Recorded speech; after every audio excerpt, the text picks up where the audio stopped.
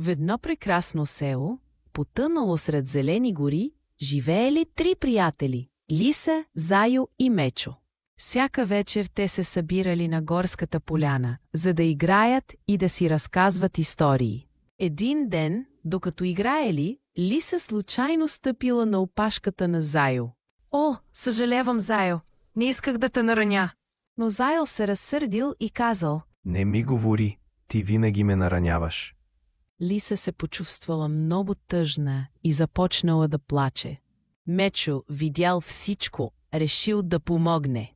Зайо, знам, че си наскърбен, но Лиса не е искала да те нарани. Всички правим грешки. Зайо замълчал и размислил.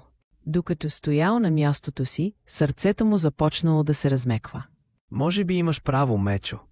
Лиса наистина не го направи нарочно. Лиса избърсала сълзите си и казала: Наистина, Зайо, моля те, прости ми. Обещавам, че повече няма да стъпвам на опашката ти. Зайо погледнал своите приятели и усетил как гневът му се е стопил. Добре, приятели, прощавам ти и Лиса. Нека отново бъдем весели. Така, 3 приятели отново се потопили в играта си.